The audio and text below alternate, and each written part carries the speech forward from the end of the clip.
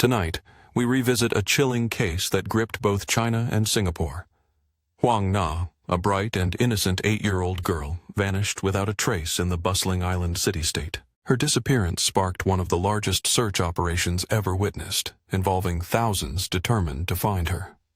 When the grim truth finally surfaced, the nation was horrified by the perpetrator's actions. Mourners flooded her funeral, seeking to honor her memory. They brought her favorite candies as a final tribute. Yet, as the investigation unfolded, an unexpected wave of sympathy for the perpetrator emerged, baffling many. What dark secrets lay behind this tragedy? We journey back to Singapore in 2004 to uncover the harrowing events.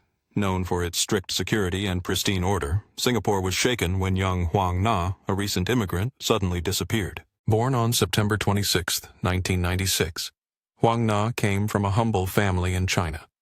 Her mother worked tirelessly to provide for her, while her father had left to work illegally as a fruit packer in Singapore before her birth. During his absence, he began an affair that led to divorce. Huang Na's mother remarried and had another child. By the time Huang Na reached early elementary school, Singapore had opened its doors to immigrants seeking better opportunities. Eager for her daughter's future, Huang Shuying arranged for Huang Na to study in Singapore. This decision demanded great sacrifice as the family sent the young girl thousands of miles away from her Fujian hometown. At just 7 years old, Huang Na enrolled in Jintai Primary School, known for its exclusivity and high fees. Her mother chose to stay nearby, opening a produce stall close to the school and renting a small room above it for them to rest. The market community quickly grew fond of the lively child, whose bright smile masked the hardships she quietly endured. Despite her situation, Huang Na was mature beyond her years, never burdening her mother with demands. She became an emotional anchor for Huang Shuying, offering words of encouragement and hope. In moments alone, Huang Na would promise to work hard, dreaming of becoming a doctor to ease her mother's struggles. Tragically, those dreams would never be realized. On September 27, 2004, after a modest birthday celebration, Huang Shuying prepared for a 2-week trip back to Fujian to see her younger child. Huang Na stayed behind in Singapore, accustomed to managing on her own due to her mother's frequent travels. She handled daily tasks independently, earning admiration for her resilience and maturity at such a young age. Before departing, Huang Shuying entrusted Huang Na's care to her daughter's roommate, Shu Kuan, providing her with 100 Singapore dollars for expenses. This arrangement seemed routine and unremarkable at the time. Nearly 2 weeks into her mother's absence, on October 10th, Huang Na expressed to Shu Kuan a longing to speak with her mother. Such moments were common and expected. Without hesitation, Li allowed Huang Na to use a nearby payphone. The girl skillfully dialed her mother's number and eagerly shared recent events, including requests for an electronic English dictionary and new sandals. Her mother promised to bring these items upon her return and urged patience, as her work might delay her trip. The call lasted 6 brief minutes, ending with Huang Na's wistful sadness. Had Huang Shuying known this was their final conversation, she might have lingered longer. Yet, an hour later, by 2:30 p.m., Huang Na had not returned from the phone booth. A growing unease gripped Shu Kuan. The call had not taken this long before. She rushed to the payphone only to find Huang Na vanished without a trace. Panic set in as Li scoured the market and nearby school, but all efforts were in vain. Desperation pushed her to enlist friends and acquaintances in a frantic search that lasted well into the night. On October 10th, Huang Na told her aunt, Shu Kuan, she wanted to call her mother. At 1:30 p.m., she went to a nearby payphone and spoke with Huang Shuying for 6 minutes, asking for an English dictionary and sandals. By 2:30 p.m., when she hadn't returned, unease gripped Shu Kuan, who rushed to the payphone but found no trace of the girl. By 10 p.m., exhaustion overtook the searchers. They turned to the police for assistance and alerted Huang Shuying back in Fujian. Wasting no time, Huang Shuying dropped everything and caught the earliest flight back to Singapore. The police immediately launched an investigation, interviewing everyone connected to the case. Reports confirmed the last time Huang Na was seen was leaving home to make that fateful phone call. She was described wearing a jacket and blue shorts, her short dark hair framing a sweet, cheerful face. Huang Na was just 8 years old, remembered by all as kind and gentle. Since arriving in Singapore, Huang Na's mother, Huang Shuying, had not been involved in any disputes or tensions. Both mother and daughter were remembered by those around them as kind and gentle souls, friendly to everyone they met. With no known enemies, the police quickly dismissed the idea that Huang Na's disappearance was an act of revenge. Singapore itself, a small island of just 270 square miles, was familiar territory for the girl, making it unlikely she was simply lost. As other possibilities faded, the investigation honed in on the darkest scenario. Huang Na had been abducted. The police swiftly devised their strategy, focusing their attention on the wholesale market where Huang Shuying worked, questioning everyone present on that day. It wasn't long before a key witness emerged. Ms. Lin, a cafe employee near the market plaza, told investigators she had seen Huang Na that afternoon. The girl wore her jacket and blue shorts, but notably had no shoes on. Ms. Lin had asked why Huang Na wasn't wearing shoes, but the child simply smiled sweetly and skipped away without answering. Other market vendors also recalled seeing Huang Na that day, always accompanied by a man they recognized. They described him as a young man in his early 20s, not particularly bright, with a simple job packing goods. He was known to be fond of Huang Na, treating her like a little niece, a detail that immediately caught the police's attention. Following these accounts, the police quickly located the man, Tuk Leng Hau, a goods packer at the market. When questioned about his contact with Huang Na on October 10th, he expressed genuine surprise and admitted to seeing her that day. He recounted giving her 2 mangoes and advising her not to wander, telling her to head straight home. His cooperative and honest demeanor, free from deception, led the police to lower their suspicions and let him go. Meanwhile, Huang Shuying was far from passive. From October 12th onward, she distributed countless flyers bearing her daughter's face, pleading with every passerby for information. Her relentless search consumed her days and nights. She combed through construction sites, crawled into water pipes, and walked tirelessly from dawn until well past midnight, driven by the faint hope of finding Huang Na and bringing her home. During this grueling period, a niece called Huang Shuying with news of a strange dream. Huang Na was trapped on a mountain. Though it was likely symbolic, Huang Shuying clung to every lead, refusing to dismiss even a dream.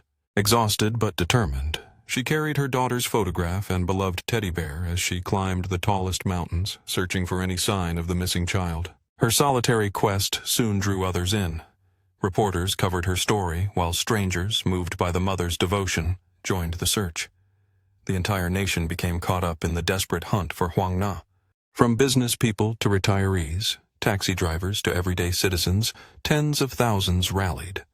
One generous individual offered a reward of 10,000 Singapore dollars for any information, quickly matched by another's $5,000 addition. Flyers and photos spread far and wide, the search swelling to massive proportions.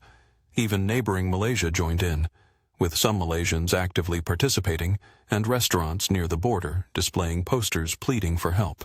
Within days, 70,000 flyers were printed and distributed, yet Huang Na remained nowhere to be found.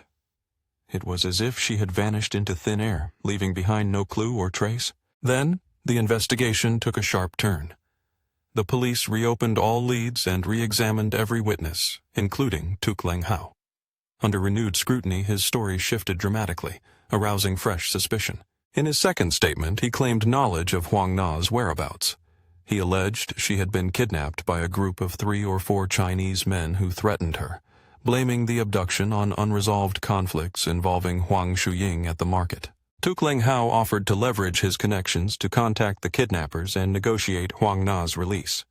However, he insisted he needed to retrieve his phone from home, since he had been called to the station too abruptly. Though skeptical, the police allowed 2 officers to escort him home to collect his phone. 2 officers accompanied him, keeping a close watch. Once he had it, they promptly returned him to the station for a lie detector test, unaware that trust was about to be exploited. On the way back, Tuk Leng Hau feigned hunger and asked to stop at a restaurant on Pasar Panjang Road. Claiming he needed to use the restroom, he slipped away unnoticed, vanishing before the officers could react. When the police realized his prolonged absence, panic set in. It became clear that Tuk Leng Hau had manipulated their trust to orchestrate a daring escape. When officers realized his prolonged absence, panic surged through their ranks. They understood too late that Tuk Leng Hau had exploited their trust to orchestrate his escape. Following protocol, officers launched an immediate pursuit, mobilizing backup and setting up a perimeter. Despite their efforts, Tuk Leng Hau disappeared without a trace. The police immediately launched a manhunt, calling for backup and setting up a perimeter. Despite mobilizing numerous officers and conducting an intensive search, Tuk Leng Hau had vanished without a trace. The question hung heavy in the air. Where had he gone, and what drove him to flee? Before delving into his disappearance, it is crucial to understand the man himself. Born December 16, 1981 in Penang, Malaysia, Tuk Leng Hau was the second of 4 children born into a struggling family. At the age of 8, he left Malaysia for Singapore, chasing the hope of better opportunities. Lacking formal qualifications, he found only manual labor jobs, leading a modest existence. In Singapore, he met and married a Chinese-Indonesian woman, and they had a son together. Despite this, his life remained fraught with challenges. It was then that Huang Na and her mother crossed paths with Tuk Leng Hau. When they relocated to Singapore, they rented a modest room in the same building where he lived. From that moment, Tuk Leng Hau and Huang Na forged a bond, close enough to seem like uncle and niece. He frequently rode his motorcycle to pick up Huang Na, taking her on outings filled with small gifts and meals at various restaurants across Singapore. This trust extended beyond Huang Na to her mother, who let her guard down completely. Huang Shuying trusted and liked Tuk Leng Hau deeply. So when the police named him the prime suspect in her daughter's disappearance, she was in disbelief. She refused to accept it. Repeatedly, she insisted there must be a mistake. But the Singapore police stood firm in their suspicions. Then, when Tuk Leng Hau made a sudden escape, their certainty only grew stronger. To understand his escape, consider Singapore's geography. As the smallest country in Southeast Asia, surrounded by water and land borders, the only plausible destination for Tuk Leng Hau was Malaysia, his homeland. Once his disappearance was confirmed, Singapore's police quickly sought help from Malaysian authorities. The Malaysian police mobilized, contacting every member of Tuk Leng Hau's family back home. This included his parents and siblings. His 62-year-old father spoke candidly to the police, revealing he had received a brief phone call from his son after the escape. In that fleeting conversation, Tuk Leng Hau insisted he had not kidnapped Huang Na. Instead, he claimed he fled because he was overwhelmed by police pressure when they arrived at his home. Even his older brother found this hard to believe. He described Tuk Leng Hau as a shy man, one who never asked for loans or engaged in fights. The idea that he could abduct a child seemed utterly implausible to those who knew him. According to his father's communication with Malaysian authorities, Tuk Leng Hau had also contacted his wife, insisting he had not kidnapped Huang Na. Yet during that call, he revealed a crucial detail. After fleeing the police, he took a taxi to the Singapore-Malaysia border, then continued by bus to Johor, Malaysia. Despite hopes from his family and cooperation between nations, progress stalled. Then, on October 30th, 10 days after his last interrogation and 20 days post-crime, Tuk Leng Hau voluntarily surrendered to authorities in Penang, Malaysia. Upon receiving this news, Singapore police swiftly dispatched a team to bring him back for further questioning. With no escape left, Tuk Leng Hau confessed fully to the crimes. On October 31st, a team of over 20 investigators accompanied him to the place he claimed to have disposed of Huang Na's body, a hill in Telok Blangah Hill Park, just 10 minutes by car from the wholesale market where her mother worked. After 30 minutes of careful searching, officers detected a foul odor near a withered bush. Digging into the shallow soil, they uncovered a cardboard box sealed tightly with tape. A thick, oily liquid seeped from its edges, signaling something grim inside. This was not the crime scene, but the burial site. The box was taken immediately to the forensic center for examination. Experts identified it as a packing box from Tuk Leng Hau's workplace.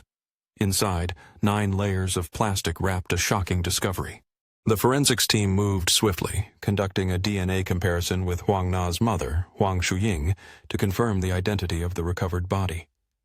The devastating confirmation came back. The remains were indeed those of young Huang Na, the missing girl who had haunted the investigation. As the forensic experts prepared their final report, the police pressed on relentlessly. Under intense interrogation, Tuk Leng Hau finally offered a statement, insisting that Huang Na's death was a tragic accident. He claimed they had been playing hide-and-seek inside the warehouse. But this was no ordinary game, he said.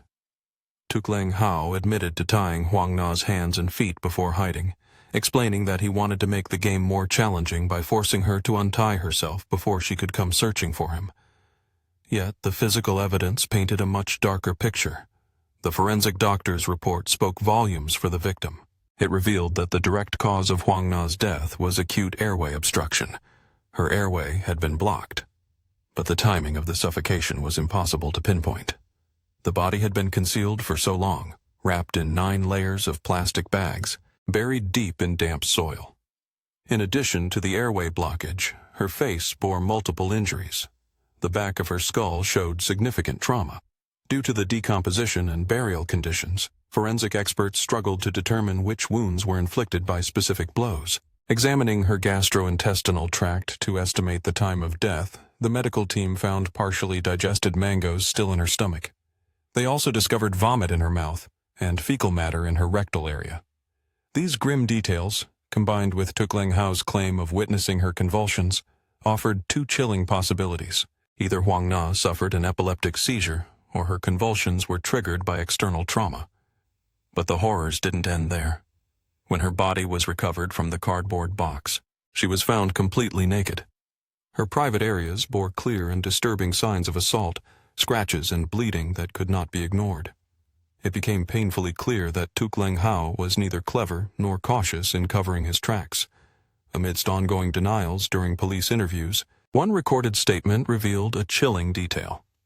He claimed that after tying Huang Na up in the room and hiding, he heard a loud thud coming from where she was bound. Rushing back inside, he found her vomiting blood. A brutal scene that contradicted his earlier claims and deepened the mystery surrounding her final moments. In a moment of panic, Tuk Leng Hau admitted his mind went blank. Though he wanted to free her, he claimed he was unable to do so immediately. Desperate, he remembered a first aid method he had seen online. This technique involved applying pressure to the side of the neck, and he attempted it without success. Frustrated, he said he laid her on her side and used his foot to press on her neck, hoping to help. Tragically, Huang Na did not survive. Tuk Leng Hau then tried to explain the injuries found on her private area. After his failed first aid attempts, he observed her condition worsening. In a disturbing act, he removed her jacket and covered her face to hide her wide-open glazed eyes. Strangely, he also took off her pants. He claimed that while patting her back with one hand, his other hand ended up in an area he couldn't clearly identify. He only knew that when he withdrew his hand, significant bleeding followed from her lower body. Following Tuk Leng Hau's account of where he and Huang Na played hide-and-seek, police investigated a warehouse on the 15th floor of the wholesale market where her mother worked. Inside one of the 3 rooms, investigators found undeniable evidence.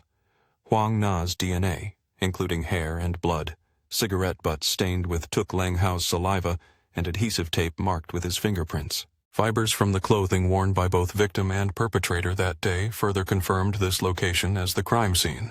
When the trial commenced at Singapore's High Court on July 11, 2005, Tuk Leng Hau faced murder charges. The prosecution presented testimony from 76 witnesses, alongside a wealth of physical evidence. They also introduced a video reenactment in which Tuk Leng Hau demonstrated the sequence of events. Forensic experts summarized the case. At approximately 1:40 p.m. on October 10, 2004, Tuk Leng Hau lured Huang Na into the warehouse on the 15th floor of Block 13 at the wholesale market under the guise of playing hide-and-seek. Once inside, after sharing mangoes, Huang Na was stripped, tied up, and sexually assaulted.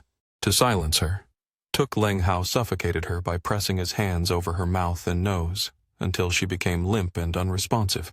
He then stomped and kicked her head repeatedly to ensure she could no longer resist. He wrapped her body in 9 layers of plastic bags, placed it inside a cardboard box, and sealed it tightly with tape.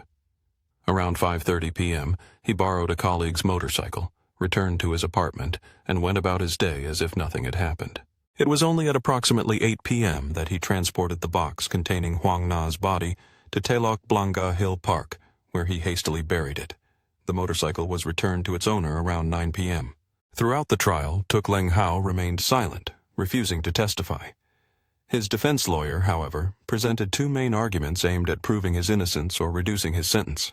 The defense acknowledged the evidence, witnesses, and Tuk Leng Hau's own statements, but argued there was no direct proof that he caused Huang Na to stop breathing. Specifically, it could not be conclusively shown whether the airway obstruction resulted from suffocation, covering her mouth and nose, or from inhaling vomit during a seizure. Moreover, the cause of the seizure itself remained unclear. It could have stemmed from external trauma or a spontaneous epileptic episode, despite there being no family history of epilepsy. The defense also called upon a psychiatrist to testify about Tuk Leng Hau's mental state. The expert described symptoms consistent with schizophrenia, highlighting a lack of emotional response and delusional thoughts, including a fabricated story about 3 Chinese men kidnapping Huang Na. Further tests revealed Tuk Leng Hau's IQ was 76, significantly below the Malaysian average of 92, Singapore's 105, and even below the global average of 83 in 2004. Despite this, the defense's psychiatrist failed to sway the court. The prosecution swiftly countered, stating that mental impairment is typically recognized only when IQ falls below 70. They also noted that neither Tuk Leng Hau nor his family had any history of mental illness. His behavior before and after the crime showed no abnormalities, indicating a stable psychological condition. Another crucial factor was his methodical disposal of evidence. Rather than discarding Huang Na's clothes in public trash bins, he chose a location devoid of surveillance cameras, demonstrating calculated efforts to hide his crime. After wrapping her body meticulously in 9 layers of plastic bags and sealing the box, Tuk Leng Hau remained composed. His awareness of wrongdoing was evident when he lied to police without hesitation. He even stole a police officer's pass to escape from Singapore to Malaysia, revealing a chilling level of cunning. Investigations into his workplace revealed disturbing behavior. Both superiors and colleagues recalled incidents where he tied up a girl with rope to intimidate her for being noisy and annoying. His relationship with Huang Na was fraught with tension. On several occasions, he became so enraged that he physically assaulted her, painting a picture of a volatile dynamic. It is reasonable to conclude that on that fateful day, Huang Na might have provoked him, triggering a violent outburst. After exhaustive court proceedings, on August 27, 2005, Tuk Leng Hau was found guilty and sentenced to death. In January 2006, he filed an appeal, prompting a thorough case review. The original sentence was upheld, yet his family refused to accept the verdict. They petitioned the President of Singapore for clemency. After more than 8 months of waiting, their plea was ultimately rejected. The execution was carried out on November 3, 2006. Meanwhile, Huang Na's funeral drew a large crowd. Mourners brought flowers, snacks, and her beloved Hello Kitty toys to bid her a final farewell. But the story did not end there. Instead of fading from public memory, a controversial postscript emerged. Negative stories about Huang Na's mother, Huang Shuying, began to surface online. Tracing back to her past, Huang Shuying had divorced her first husband and entered Singapore on a short-term visa. However, she overstayed and worked illegally. This violation led to her arrest and imprisonment. After serving her sentence, Huang Shuying was deported to her hometown in rural Fujian. The prospect of leaving a developed nation like Singapore to return to a land of limited opportunity was a bitter pill to swallow. According to reports, a fellow inmate advised her to destroy her fingerprints by pressing all 10 fingers against a red-hot iron bar. This brutal act was meant to prevent future identification by authorities. Later, learning of Singapore's new policies to attract skilled workers, Huang Shuying paid a human trafficking syndicate 8,000 Singapore dollars to smuggle her back illegally. In contrast, Huang Na, with a clean record, had entered Singapore legally. Once this dark chapter of Huang Shuying's past was uncovered, police swiftly investigated and confirmed the truth. She was forced to return to Fujian, taking her daughter with her. Yet rumors persisted. As Huang Na's ashes were laid to rest, whispers about her mother and stepfather's life in Fujian painted a starkly different picture than the public had imagined. It was alleged that donations collected during the investigation were used to build a lavish 4-story mansion atop a small man-made hill, complete with a large garage and other luxury features. This revelation shocked many. Public sentiment shifted. Supporters of Tuk Leng Hau grew, convinced they had wrongly sided with Huang Shuying. Some even speculated the entire tragedy was orchestrated by Huang Shuying and her husband. Critics condemned Huang Shuying as an irresponsible mother, accusing her of leaving her 8-year-old daughter alone in Singapore while she traveled comfortably back to China. In response, Huang Shuying insisted most donated funds went toward building a proper resting place for Huang Na. She explained that their home had only been expanded by 1 floor, designed to overlook the gravesite. She added that remaining donations were used to improve village infrastructure and support charities promoting positive values. Despite her explanations, controversy surrounding the family only intensified. Regardless of these disputes, the undeniable truth remains. Little Huang Na's life was cruelly cut short at just 8 years old. A heartbreaking tragedy, no matter how the details unfold. This marks the conclusion of this case. What is your perspective on this case? Share your thoughts in the comments below. Let's continue this conversation. Goodbye.